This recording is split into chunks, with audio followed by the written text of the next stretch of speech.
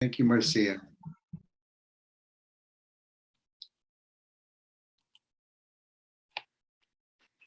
Well, here we are on Zoom. I can tell you, though, it was really sweet to get together with the potluck and to meet some of the Sangha there, and my partner Nell came. And it's just like, it feels to me it's like the difference between night and day. When you're actually in physical presence, there's like so much more um, palpable vibration, empathy, emotional intelligence. It's so much richer, isn't it? So I'm really looking forward to getting this hybrid thing and then to being with you in person. So as Marcia said, we'll start with a sit. Um, and so following the tradition, we begin with taking refuge. And so, of course, we take refuge in the three jewels, which is really an outer refuge. But in the real sense, in the inner sense, we want to set our intention and launch ourselves in the proper direction on the inside. And so we want to take refuge in our Buddha nature, the essential openness of mind, luminous, vast, without boundaries. We want to take refuge in the Dharma, the natural clarity of mind, luminous.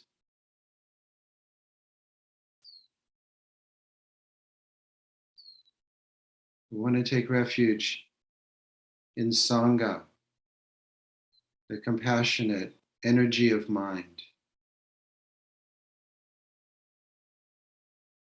the awareness of our belonging to the world and to each other, and the responsibility of serving that belonging, that interbeing that we are.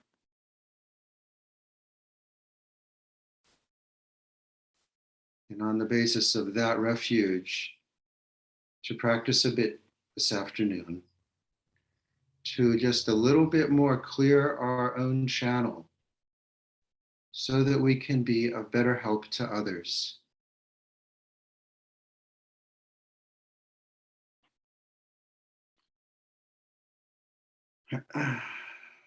So, as you know to do, let yourself settle onto your cushion or into your chair. Letting yourself relax in an aligned way, the spine straight and all of that. Letting the awareness be focused on your breathing as an anchor.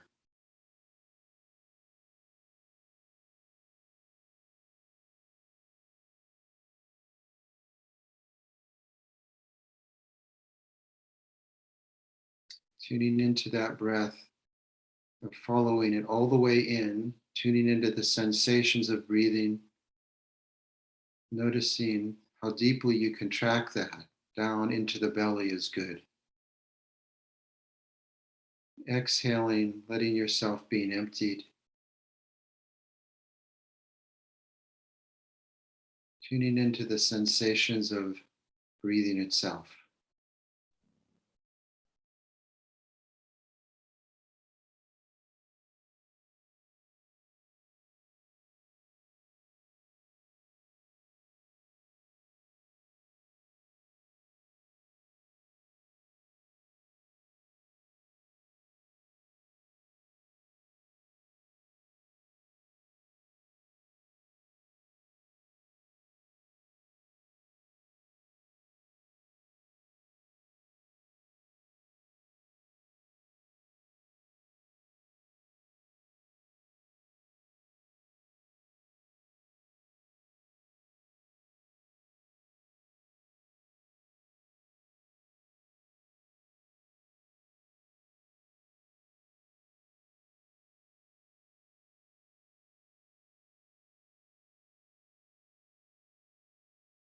As a manner of beginning, staying very close to those sensations of breathing, inhabiting your breath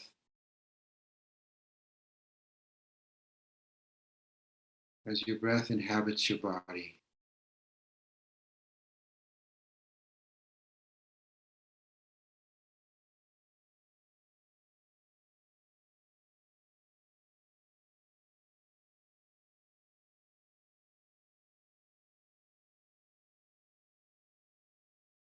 And as you're ready, allowing your focus to extend beyond the breath itself into the whole body, into the whole breathing body,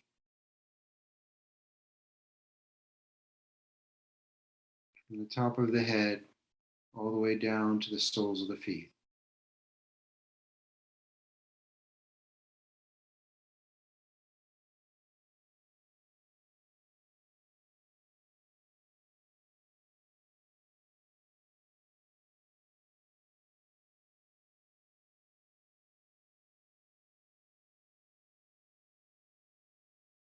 Noticing as you go through your body, wherever there's a tension,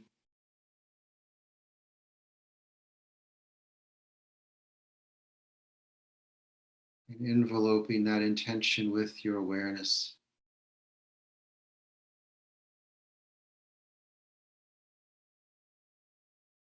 Permeating whatever tightness, whatever holding you encounter, with the gentleness of your own presence. More fully inhabiting the body.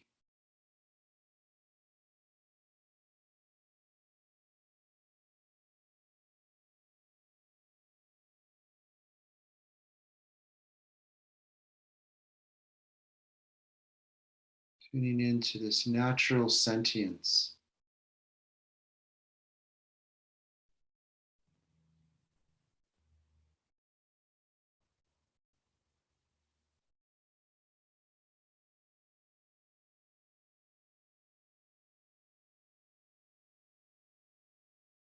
Letting yourself be breathed, be filled, be emptied.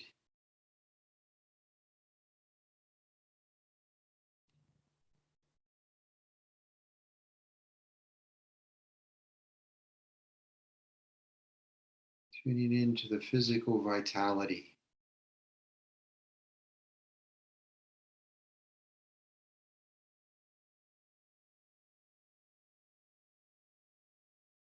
Also tuning in to the felt sense you find yourself with today, the emotional tone. Maybe you have mixed feelings just now. Opening to the all of it.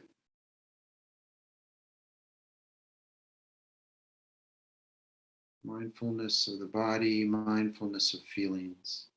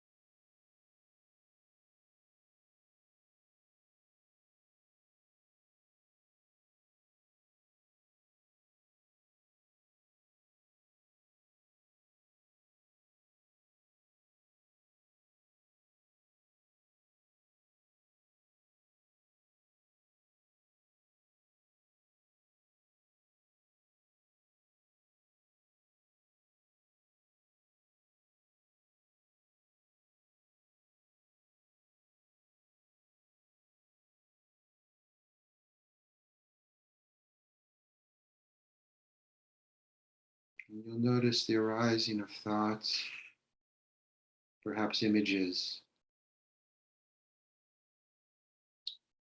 Simply noting their arising, letting them come, letting them go.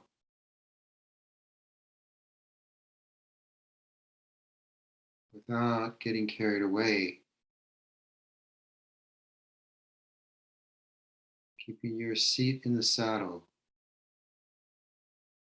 of awareness, saddle of mindfulness.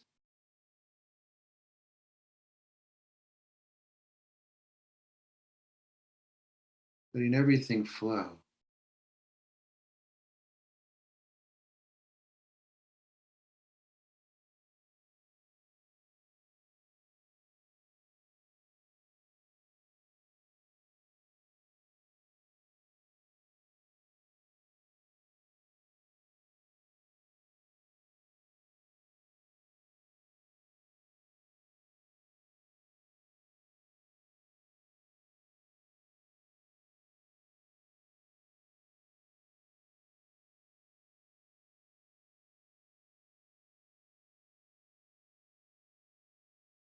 All the sense doors open and relaxed.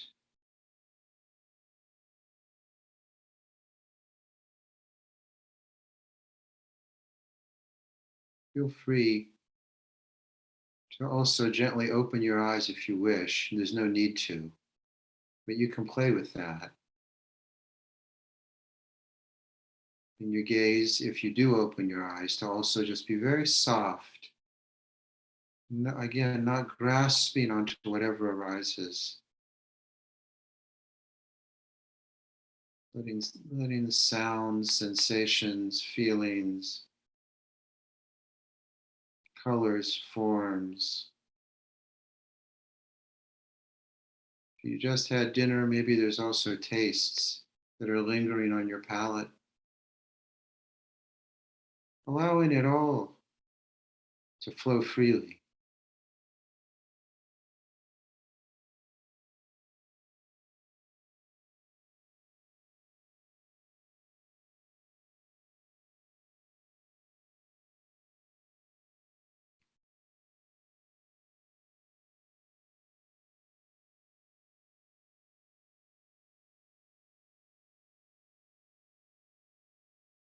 Letting yourself be.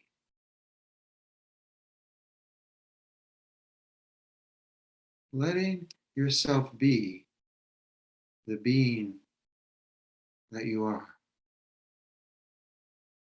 without improving or correcting or editing anything. Letting the flow of experience just stream through your awareness.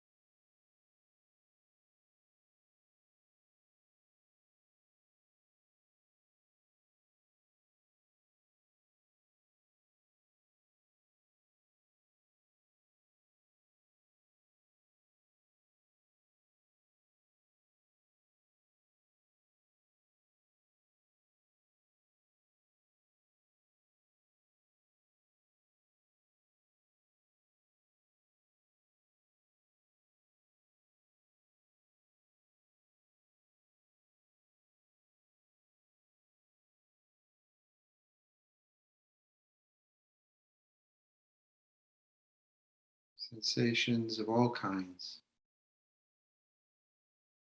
feelings, thoughts,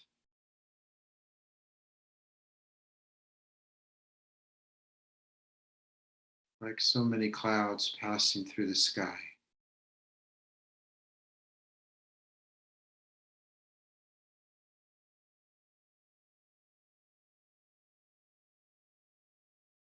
One after the other.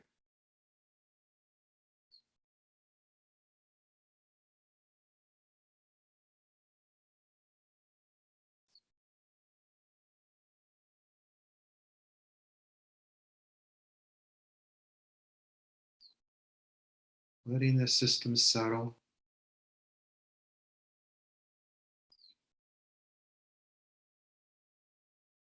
and then tuning in to awareness itself, within which all these bubbles, these clouds are passing through. Sky-like awareness.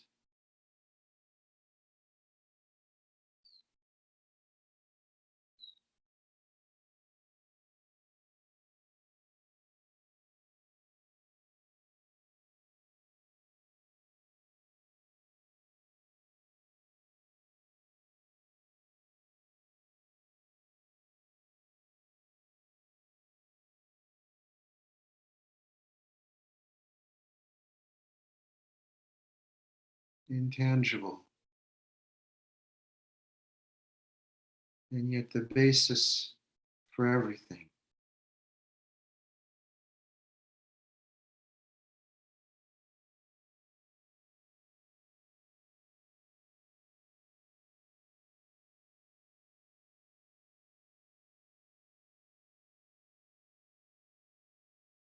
Empty, open, lucid.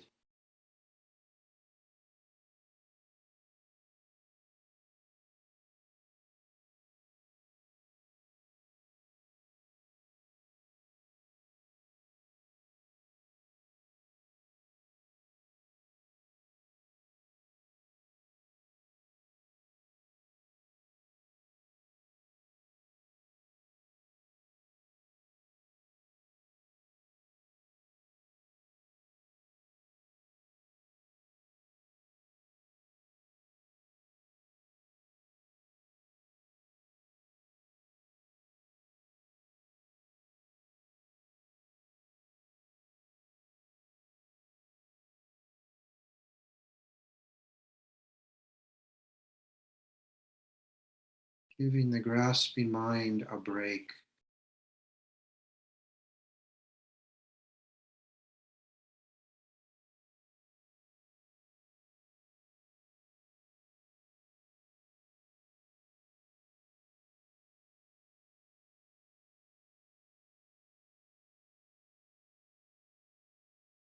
Opening to the fullness of experience. Multidimensional.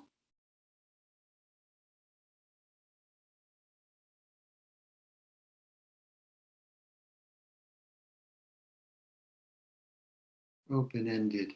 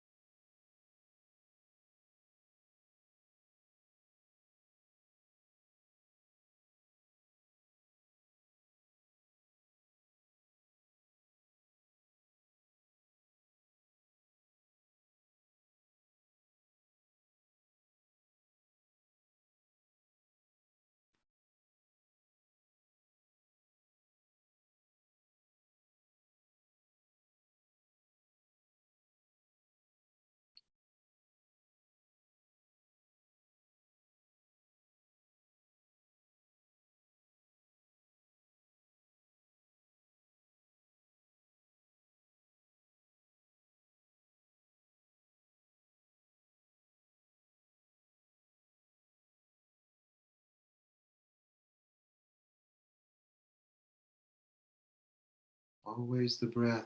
as a touchstone, always there in the background.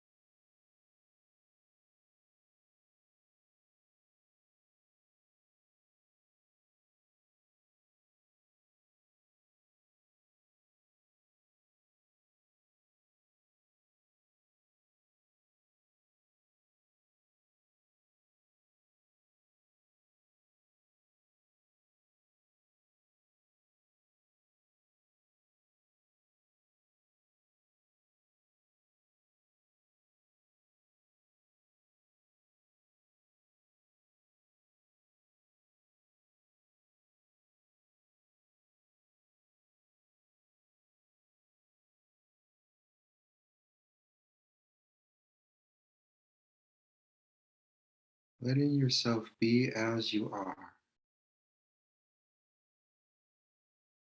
without narrating what's happening.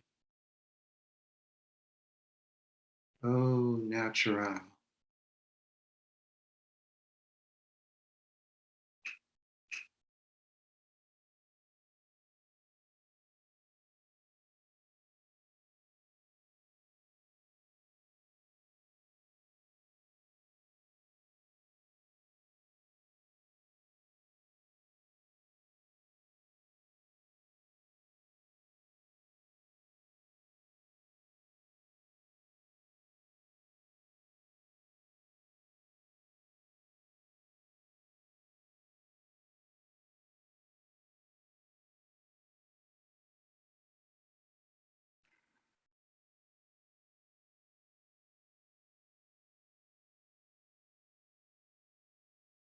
being here rather than traveling in your mind somewhere else.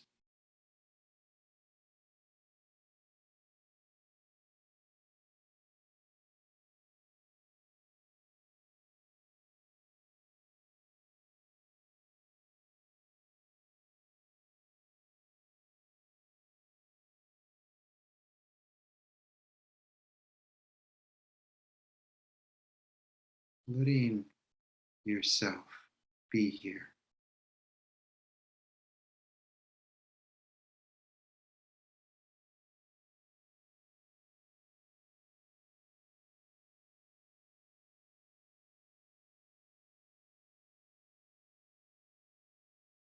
Surfing the fullness of the flux.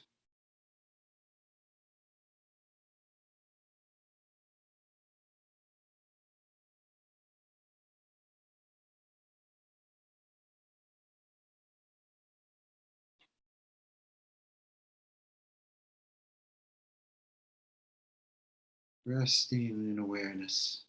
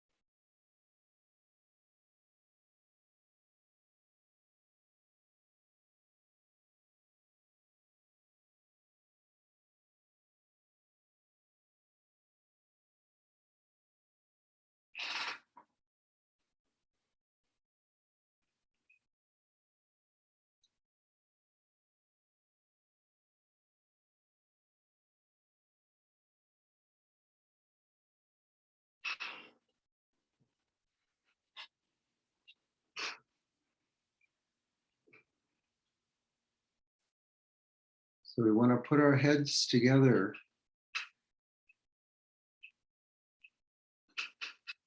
and reflect on this precious human life. The fourth of the four primary reflections that turn the mind to the Dharma. in the Tibetan tradition.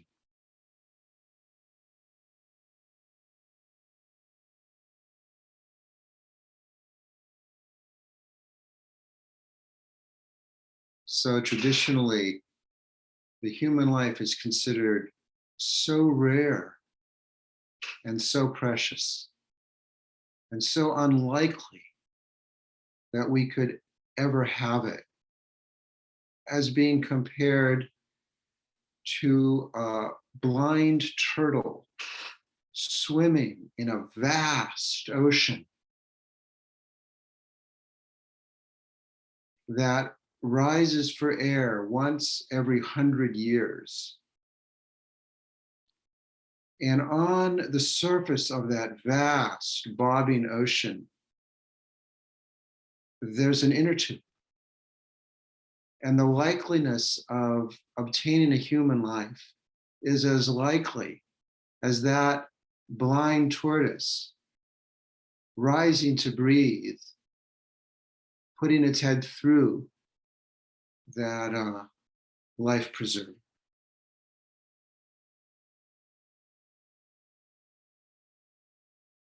So why is it so special?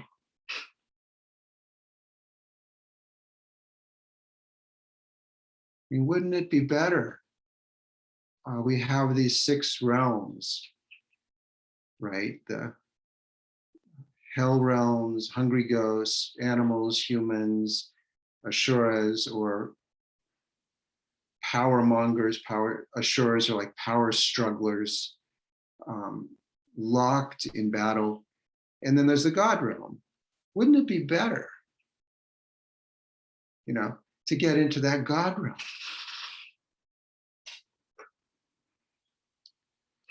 Well, apparently not. The reason being, it's too cushy. And that to get into a God realm, say for instance, to become a billionaire, right? Like these incredibly, ridiculously wealthy people who have people beckoning, they're out there beck and call, they have whatever they want. The God realm is said to be something like that. Whatever desire you want, it is immediately fulfilled. Like it doesn't get better than that. And you win a God realm by virtue of your good karma. And so since it's created by virtue of your good deeds that you've done, maybe your practice, your spiritual practice that you've done, you wind up in this realm, it's time limited. Now, according to the scripture, right, it's a really long time, eons. But eventually your karma exhausts itself. But while you're there, it's really great, right? It's like one orgasm after another. And so you're in this state of just, rapture. You don't think of practicing and dissolving the causes of karma. So I think it's been discussed, but just a quick review, right? What happens in the God realm is as your karma begins to expire, you begin to have like a little BO, right? Because otherwise it's like, flowers and blooms and lilacs and all of that, but you develop a little odor. And so your lovers aren't really so keen on you anymore. And as that kind of thing begins to happen, you get pissed off and then start to have things your own way, right? Like we can see billionaires like whatever, Elon Musk or the ex-president. There's a lot of them, a lot of those billionaires that are just like embarrassing people because there's power trippers, right? So they are beginning to fall now into the Ashura realm and trying to force their people's hands, trying to force things, they can keep things their own way. Now, there's an interesting thing about that because they're beginning now to fall through the six realms. And so they fight in that realm above us, right? But then apparently they get so wound up in their battles that they get really furious. And so then they like drop like a stone. They can drop all the way to the hell realms because they start doing vile things like Vladimir Putin, for instance. He's probably, he may even be the world's richest man. His wealth is so well hidden. But anyway, you can see where he's headed. The intense, negative, horrible karma he's creating, he's responsible for. Or maybe you don't fall that far, but you fall like right, you're at risk of falling right past the human realm, right past the animal realm, and then into a hungry ghost where you just can't get enough. Nothing's enough. And you cop this, really harsh attitude, and you wind up in the hungry ghost. So you can see how that actually is being played out. So, the human realm. So if you notice, there's 6 of these realms, right? So we know the bottom 2 we don't want to be in. The top 2, might be attractive, but we're not exactly in the middle. We are linked to the animal realm. And this question came up in an earlier talk I was attending here at Mountain Stream. And I think it's a really important point to discern. Why is it better to be human rather than a dolphin or a dog or another animal that's more ecologically in tune?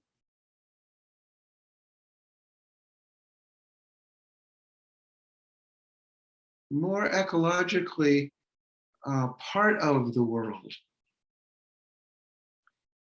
Not crazy.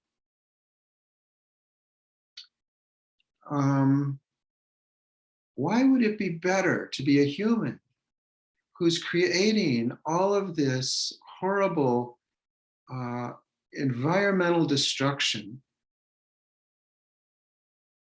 real evil, whether it's theft or rape or murder or torture, all the really horrible things humans are capable of doing.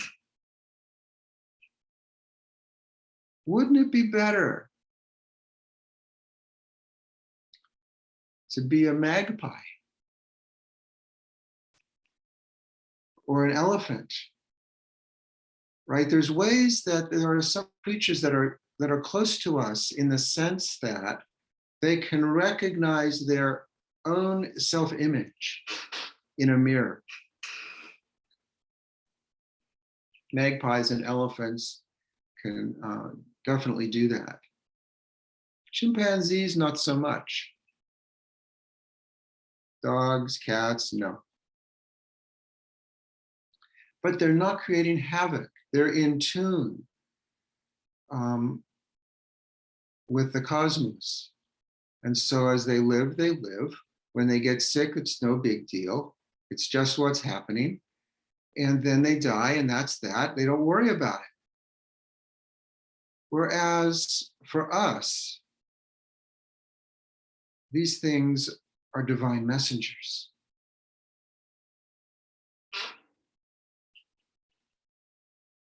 So we have something that other animals don't have, at least they don't have it to the same degree.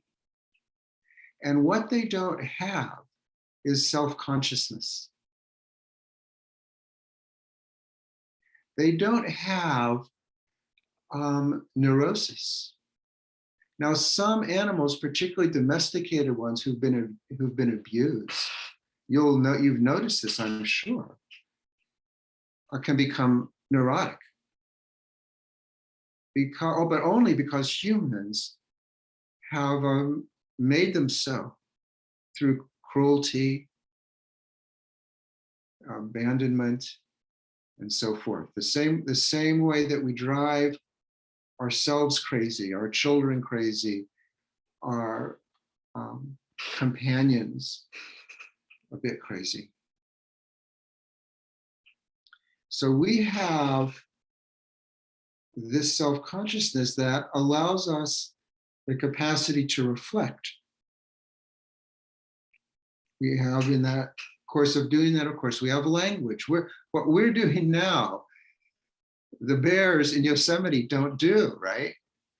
We don't know of any other species that does this, that has this capacity to reflect, to think, to pause.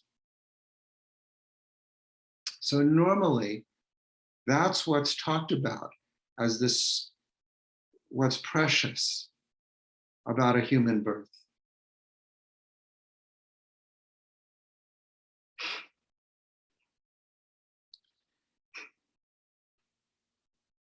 But I've come to value the downside of that, because you don't have self-consciousness without other consciousness. With the birth, the psychological birth of a human infant, there's a split that happens that allows for consciousness. A division between self and world, between self and other, between subject and object. So we normally think of dualistic vision as a horrible blight, as a way that we have become estranged from a kind of ecological consciousness, an ecological continuum, shall we say, where we're a part of the world. Instead, we often feel we're apart from the world. We've forgotten how we belong to the ecosystem, and we've forgotten how we belong to each other. And so it's normal, and it's like it's being taken to a shrill level in our time. Everyone for themselves. The self, all important. This has always been, the Buddha talked about exactly this point, of course. But the self-centeredness, self-consciousness has reached a fever pitch, which is why the Dalai Lama has said, what is most urgent, most pressing today is for human beings to become fully human. What is most pressing, most urgent today is for human beings to become fully human.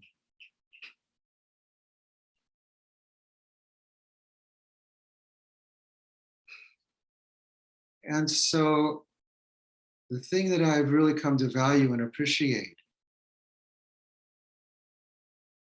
is our partialness, being a part of, being partial to our own desires and estranged from others in the world. This pain, which is, I think, the primary underlying divine messenger of messengers, is the inspiration to reflect, to reckon with our predicament, and to do something about it. Other mammals don't have quite this failing and quite this gift. our pain, our broken openness is our gift.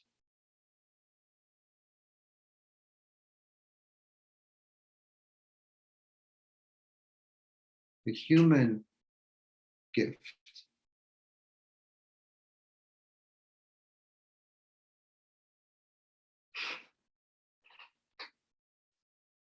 I'm hanging out a lot with babies this year, and I'll be hanging out again next year as well. And what it has reminded me of is what the baby is, right? We've all looked into those eyes, the newborn, the toddler, even. And we look into those eyes and they're so totally unconditioned, totally there, which is why we talk about our lovers as our baby. My baby. I feel this is why. Because the way that we dissolve our boundaries in intimacy, especially if it can be open-hearted intimacy, it's like being within that shared unconditional presence of a baby. And we can see it and we can delight in it. But the thing is this, the baby may be indeed unconditionally present and immersed in their Buddha nature, but they don't know it. They can't integrate the flux of experience into that deep stillness, bottomless, vast presence. So the slightest little thing that bothers them, and they just break down. They're just a wreck. Beside themselves. You all know it, right? They're just crying. Sometimes they're consolable. Sometimes they're inconsolable. So even though this is our basic nature, we've all been that baby, totally authentic, totally open and unfabricated in our luminous and illuminating presence. It takes the rest of our life, if we're focused, to recognize it and to gain some measure of stability in our undefended, unfabricated, naked awareness. And that's the fast track. If we can do this in one life, this is like a Dzogchen or Mahamudra or something. Otherwise, it's going to take many lifetimes. We need to whittle away at our hard-headedness.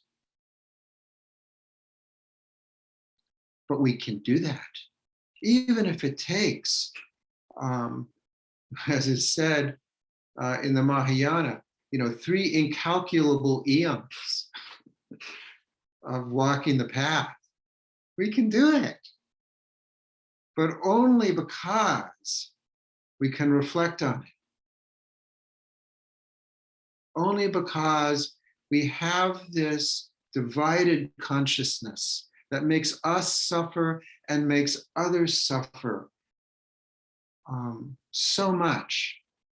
Only because of this divided consciousness, this human consciousness, are we motivated. In the God realm, we don't suffer enough. So that's why the human realm is considered ideal, because we suffer, but we can mitigate that and we can reflect and we can do things, including technological improvements to make our life easier. So we're not like our whole life just, grinding, always working, having no leisure time, no free time to do nothing.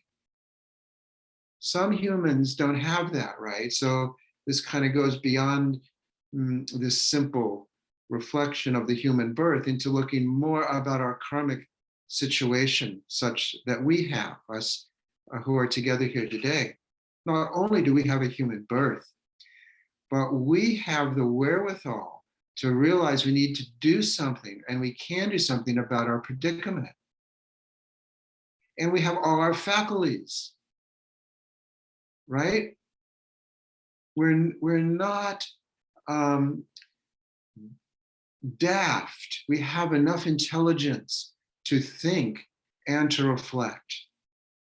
Not everybody does. Not everybody has the fortunate circumstance to not have to work themselves to the bone every day. There are still people, many people in the world that have to work so hard every day. They don't have the time. They don't have the fortune. We have all of that.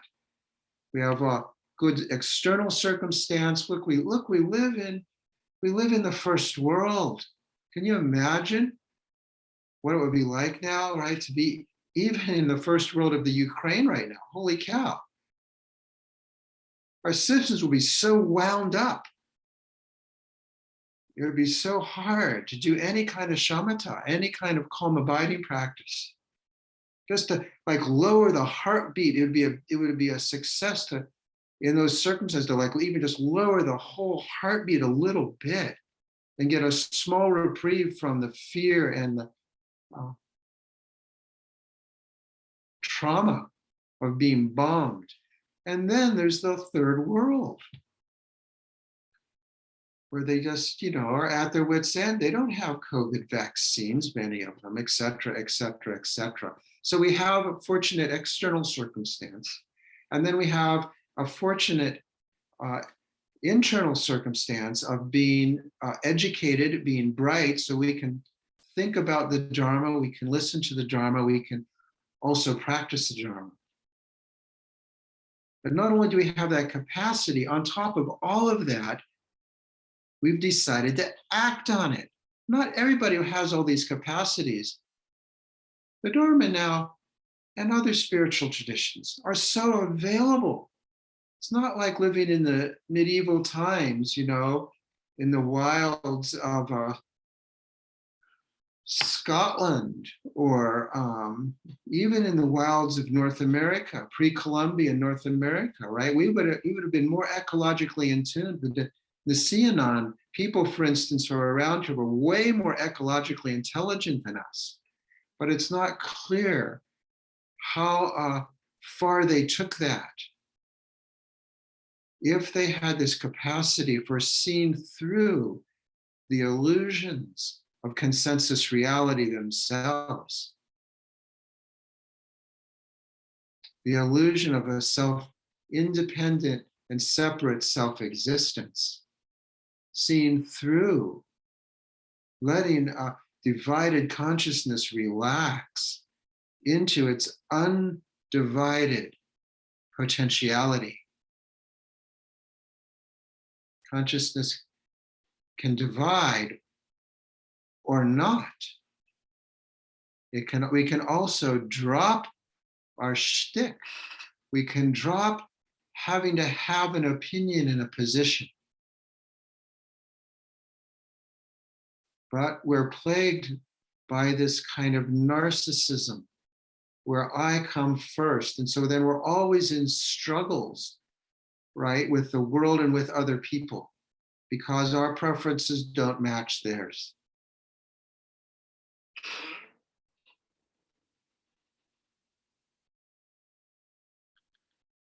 So the human realm is so valuable because we're thrown back on ourselves. And we're thrown back on ourselves through our suffering. So we can say, I want to get rid of my suffering, as we all do. But the twist, the skillful means is in befriending it, not opposing ourselves, creating more of a conflict inside. This is what I think contemporary psychology has to offer the Dharma. Don't try to get rid of suffering, but befriend it, relate to it. Let ourselves be broken open by it, and then befriend our vulnerability, befriend our openness, undefendedness, shields downness,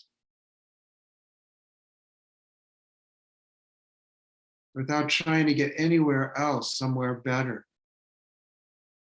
We're finding a way to relate to how things are here and now, because, right, it's the only time we've got.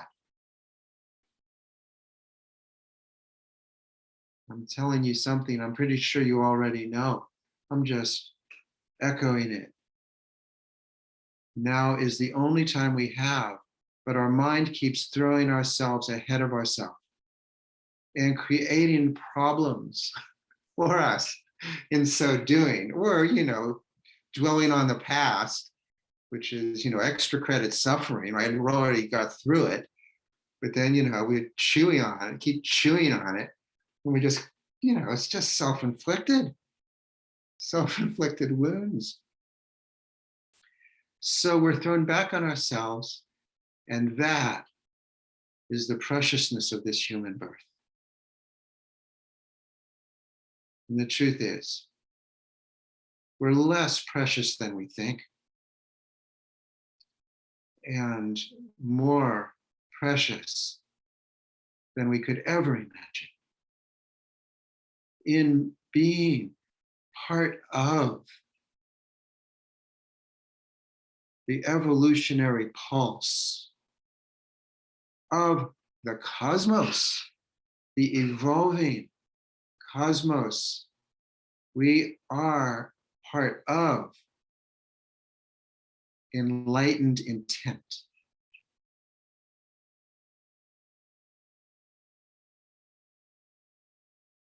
More precious. We couldn't even know what that is. But we are free to accord to it as much as we can, or not.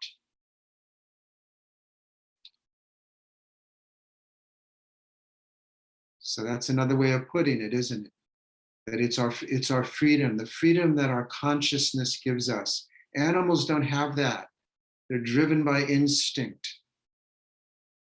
They live by tooth and claw. We're more free. And even our cruelty, our stupidity, our confusion is an expression of that freedom.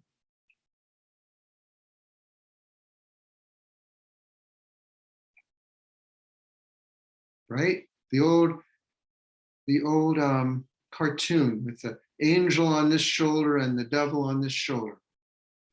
Wasn't that really old, those cartoons? How true, right? That's a human thing. Animals just don't do cruelty. They're just not interested. But they also, as far as we know, don't do this. At least they can't take it as far as we can take it on the path of the Buddha.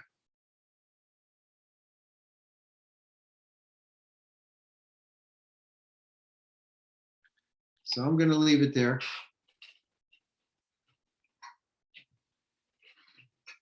And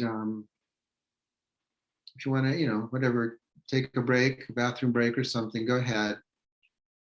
But I don't need to. So I'm going to stay here. And then we can just open it up.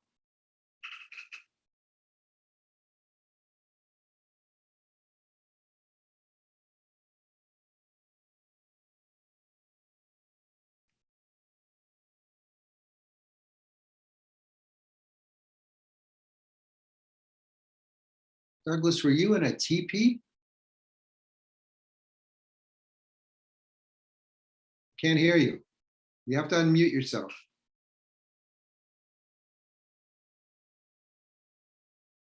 There we go. Okay, now you can hear me. Maybe? Yeah. Huh? Yeah. So I was in my teepee earlier. It was a nice space to meditate in. It on my property, it brings heaven to earth. You don't see that in the Bay Area. Yeah. You don't see them very, very often around here either. Yeah, I really was touching into your discussion and your sharing about befriending the suffering. And so often my motivation is to want to eliminate or end my suffering. And I can easily judge myself that I'm suffering and that it hasn't gone away yet, that my practice isn't very good because I'm still suffering. And that isn't very helpful either. Like you say, I compound my own misery. Right. And so kind of turning around a long time pattern of wanting to eliminate my suffering and engaging with suffering in a different manner is a titillating challenge. Nice way of putting it.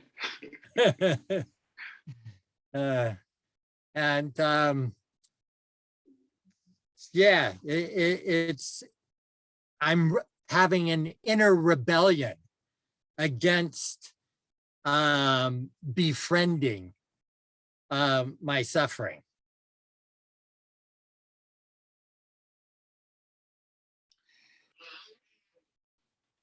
So what's the rebellion? Just a shift in my patterns Uh-huh. from wanting to eliminate it, to get rid of it, Yeah, yeah, embracing it or incorporating it, yeah,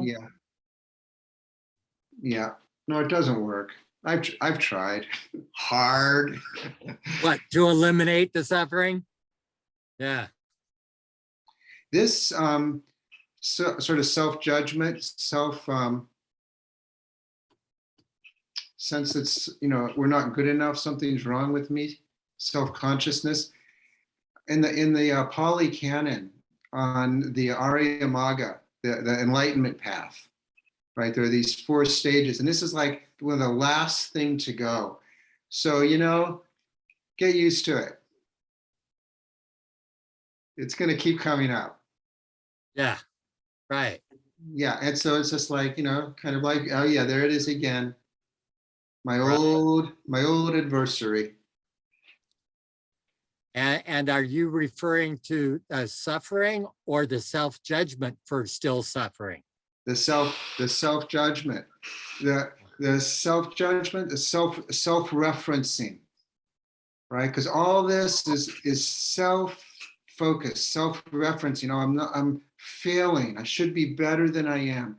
I shouldn't be suffering so much. I've been doing this so many years. Something's wrong with me. That self-referencing is the last thing to go, and before arahatship. Yeah, well, I consider myself to be very important.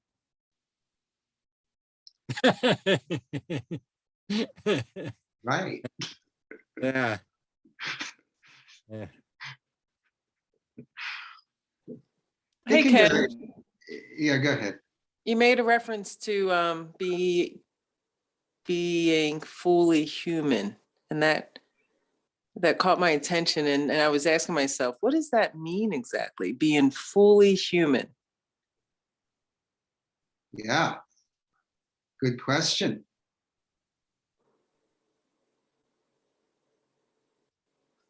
Any answers?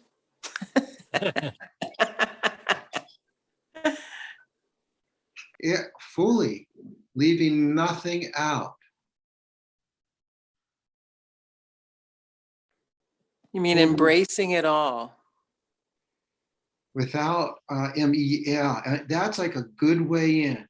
Like embracing, warming up to, cuddling up to is a good way. Befriending is a good way in, but embracing also letting it go, Mm-hmm. letting the cuddle go. But it's a good way to begin, right? Really kind. We need that, right?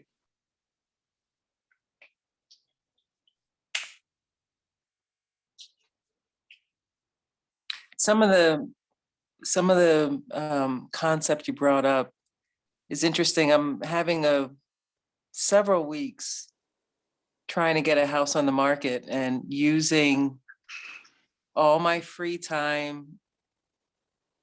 It's my house and I have workers that I'm trying to work with, and it's amazing. Everything you were bringing up about the interdependence, different priorities, or, just the whole separation that comes up from myself with the busyness that I'm pushing myself to the separateness of my workers working at different paces, and and it's being a woman with working with males. I mean, it's just Mm, bringing everything up, and to embrace it is why these Monday, Thursday nights kind of bring me back, to try to embrace it.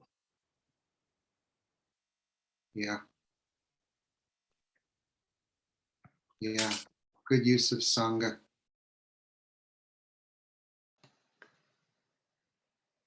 So Virginia has her hand up, Ken. Who was just talking? That was Marie. Hi. Marie. I don't see She's Marie. got the angel looking. Ah, the icon, Yeah. Surrender. avatar. Yeah, I Avatar. love that avatar. Okay, I can't see hands up, but Marcia, go ahead and run it. Okay. So go ahead, Virginia. Okay, hi Ken, hi everybody. Nice to be here. I'm appreciating this talk. And I just wanted to share a Pema Chodron quote that I've been really working with. And it says, befriend yourself as you are already. And that one, when I really work with it, is pretty powerful. Because, the tendency to self-reject and judge, which is what for me causes a lot of suffering. It's a way of it's an acceptance that runs very deep. I have to remember to do it. I can run off and, in the not good enough and all the other stuff, but, as I am already is really kind of revolutionary. Oh, it is Mhm. totally revolutionary. Right, not okay as you might be, for you Right, to as be better. as I think I should be. Yeah, Mhm. that's right. As you already are, just now, with warts and everything, Right. imperfect. Mhm. Yeah. Yeah, So I just wanted to put that, it sort of speaks to some of what you were saying. you bet. Right on point. Thank you. Mhm.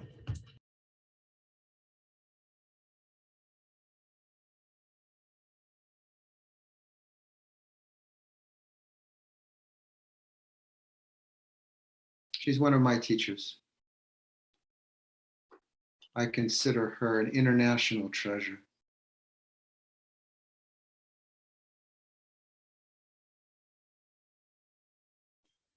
I'm kind of curious, what was the quote again? Hi, this is Hannah.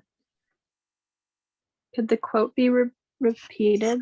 I'll repeat it. It's befriend yourself as you are already. It's very multi-layered for me.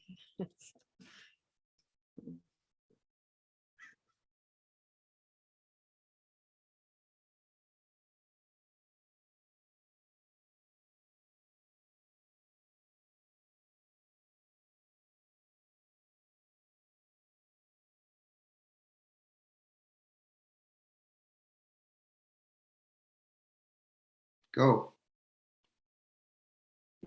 Is that Sharon? Hi. Yeah. Just jump in. Um, so this subject object split, I just lost my question in my nervousness. Oh dear. I don't think I can make it up. It'll come back. It probably will. I guess, oh, here was the question. It seems to me I came out of a group where there was a lot of intense pointing out to each other when we were selfing, what self was up and where was it coming from, and at times what was its history. And during this set, I had some thoughts, and one was, why keep going back into my past and trying to understand how it landed me here in certain patterns? But as a therapist, and a Buddhist, I mean, you have to sort of understand where that subject-object split happened, don't you? Or are you saying that comparing mind, that last thing to go, just don't bother trying to parse it out? Well, you're going for the bottom line there. I don't know. And in the like I mentioned in the Pali canon, it's recognized that getting that dualistic visions, they don't speak of it in that vocabulary. It's spoken more of as like self-referencing or self-judgment or something. But this is the target. But the thing is, our consciousness divided before we knew it was happening. Psychological reflection will not get us there. It can't go that far. We can only reflect on memories that we can think about that are conceptually workable. So I will say that self-reflection, like through therapy, or maybe there's another way you're doing it, without with a licensed therapist or something. There's different ways of doing this. For me, has been really invaluable to clear away the big clutter, the really big fixations and emotional reactions, to understand like why am I being such an ass? I've had a lot of therapy myself, right? It's like, oh, guys, I'm not only am I making somebody else miserable, I'm miserable too. So this is where our unskillfulness, our fixations, our selfish reactions are, I would say, also divine messengers, because they hurt to the extent we feel the impact and we don't block the impact. So psychotherapy is really valuable for helping somebody unblock the way they block themselves psychologically, so that these big problems, the gross ones, whatever, we know what they are, right? It's very clear. Hatred, lust to the point where it makes us, it makes us a fool of ourselves. We become it's like we went too far. And jealousy and pride, denial, these big ones, right? The big guns. Psychologically, untangling that's really been personally very valuable. And for most everybody I know. In the Bay Area, it's like really common. The circles I traveled in, including the Dharma circles, most people had therapy because, they realized they needed help. Sitting wasn't enough, and frankly, often, Vajrayana, even Dzogchen practitioners, the practice wasn't thoroughly working. And so the people that are more honest with themselves, because they also could afford it, A, they could afford it, and B, there was a lot of resources down there.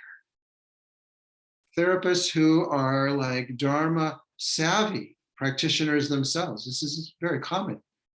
So it might be different up here in terms of availability. For some people, maybe also the price may be a barrier, because let's face it, it's not cheap. But it can be helpful for getting the big things out of the way. It can also be helpful for, as you're saying, understanding why I do the damn thing I do. I did it again. Why? Because we can blame ourselves for that, right? That's the natural thing. And so psychological reflection is so useful because we can understand, right? It's not our fault. You guys saw that movie, Good Will Hunting? There's a place in there, beautiful scene. It really, it won, what's his name? The comedic actor, his Oscar. Robin Williams. It won him his Oscar, the scene when he's with Matt Damon on the bench and he just goes after him saying, it's not your fault. And the Matt Damon character says, oh, yeah, whatever, I know. He goes, no, you don't know. It's not your fault, right? It's a beautiful, beautiful exchange. Very powerful stretch of therapy there, because we really want to blame ourselves rather than understand how we've been conditioned by people who were themselves conditioned, like our parents, often. And so that's really helpful to understand that. So then we can let ourselves off the hook a little bit, also let them off the hook a little bit. It smooths everything out and it makes it easier to concentrate, easier to settle into ourselves. So that's really valuable work, but it works with words. And I can tell you, like a lot of my Dzogchen Vajra brothers and sisters don't do this work, and you can tell their evolution is getting arrested. So they feel like they can jump over it. In the Vajrayana, you can run your energy, whoo! You can jump over things. You can get into altered states that are really rarefied fairly quickly. So you can really get intoxicated, but not really dissolve the holdings. So I think whether you would work with a therapist or you don't work with a therapist, reflecting on yourself and how you came to have the patterns you have, because they're repetitive, right? So it's important to understand that so you can let yourself off the hook. But going for broke, right? Following the path of the Buddhas, we've got to, that's not going to be enough. It's good and helpful, a valuable, skillful means. But we've got to go beyond conceptual reflection into mindful inquiry, where we stay very clear there's an object of our mind, we're on it, we're not getting distracted, we're staying with ourselves, deepening. And then we have to go also beyond having an object, keeping that subject object self-referent going. That also has to be released. We do our best. Right? So this is, I'm sharing this kind of stuff, which is, it's not really Theravada, but I'm not really sure, who we are, who I'm talking to. I gotta know you guys. So I'm not gonna underestimate you. If I'm gonna err, I'm gonna err in the other direction. And then you can show me I need to downshift, and I'll do that, because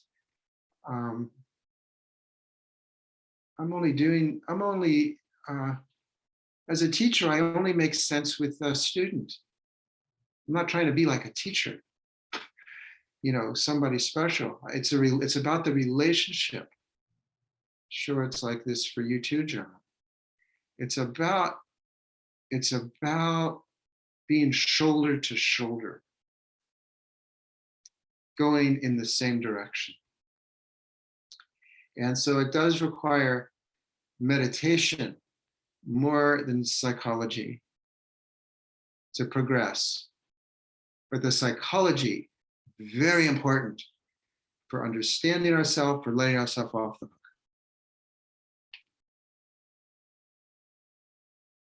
Thank you.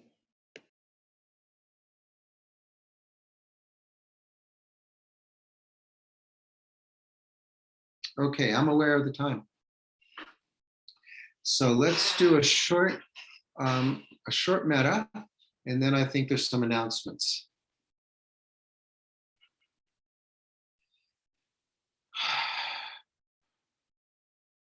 So let's just go right to the heart of it. Tuning in to loving kindness, real friendliness, real befriendingness.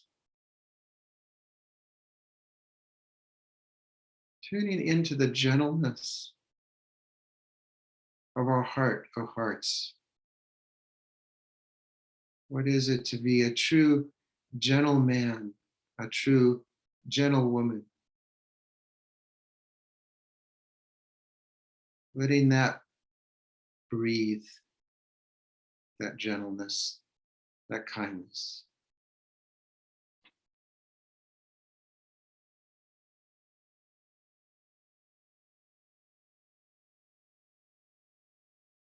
Allowing it reach and range, steady equanimity, unflappable, settled in presence.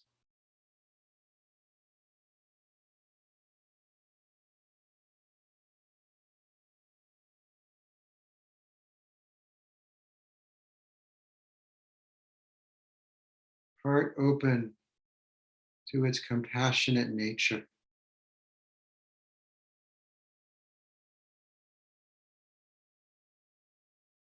Tuning into real compassion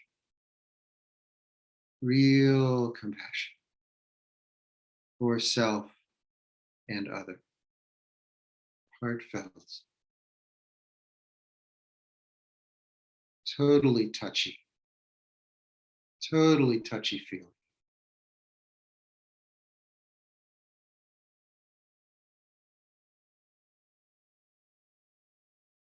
Totally warm. And then tuning in to natural well-being. sympathetic joy, delight in being alive, being able to practice,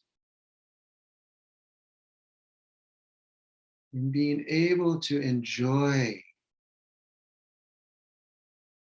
our sentient nature.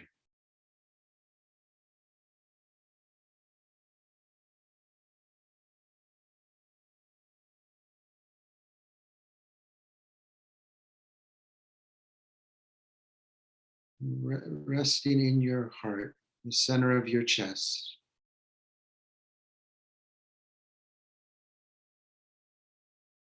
May I and all beings be free of unnecessary suffering.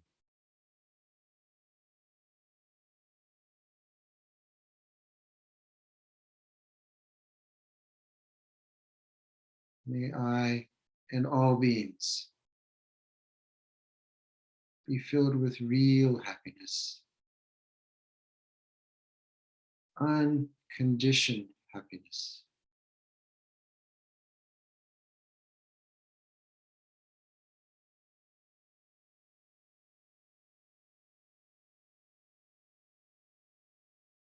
May I and all beings be free.